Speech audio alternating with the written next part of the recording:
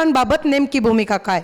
विवेकमधील लेखानंतर मुनगंटीवारांचं स्पष्टीकरण। नुकत्याच झालेल्या लोकसभा निवडणुकांमध्ये राष्ट्रीय पातळीवर भाजपा प्रणित एनडीएला बहुमत मिळालं आणि तिसऱ्यांदा नरेंद्र मोदी यांच्या नेतृत्वाखाली केंद्रात सरकार स्थापन झालं। मात्र एनडीएला 400 पार आणि भाजपाला 370 पार गाठता आलं नाही। भाजपाला 260 जागांपर्यंतच मजल मारता आली। महाराष्ट्रातही भाजपाची मोठी पिछेहाट झाली। या पार्श्वभूमीवर अजित पवारांमुळे पक्षाला फटका बसल्याची टीका संघाचं मुखपत्र मानल्या जाणाऱ्या ऑर्गनायझर मधून करण्यात आली। त्या पाठोपाठ विवेक साप्ताहिकातूनही अशी भूमिका मांडण्यात आल्यानंतर भाजपाच्या भूमिकेकडे आता साऱ्यांचं लक्ष आहे। महाराष्ट्रात भारतीय जनता पक्ष व शिवसेना एकनाथ शिंदे गट यांच्या युतीचं बहुमताचं सरकार असताना अजित पवार गटाला सोबत घेण्याचा निर्णय घेतला। अजित पवार सरकारमध्ये सामीलही झाले। त्यामुळेच लोकसभा निवडणुकीत फटका बसल्याचं आता बोललं जात आहे। या संदर्भात ऑर्गनायझर व विवेक मधील लेखानंतर भारतीय जनता पक्षाच्या भूमिकेविषयी पक्षाचे राज्यातील एक महत्त्वाचे नेते व राज्याचे सांस्कृतिक मंत्री सुधीर मुनगंटीवार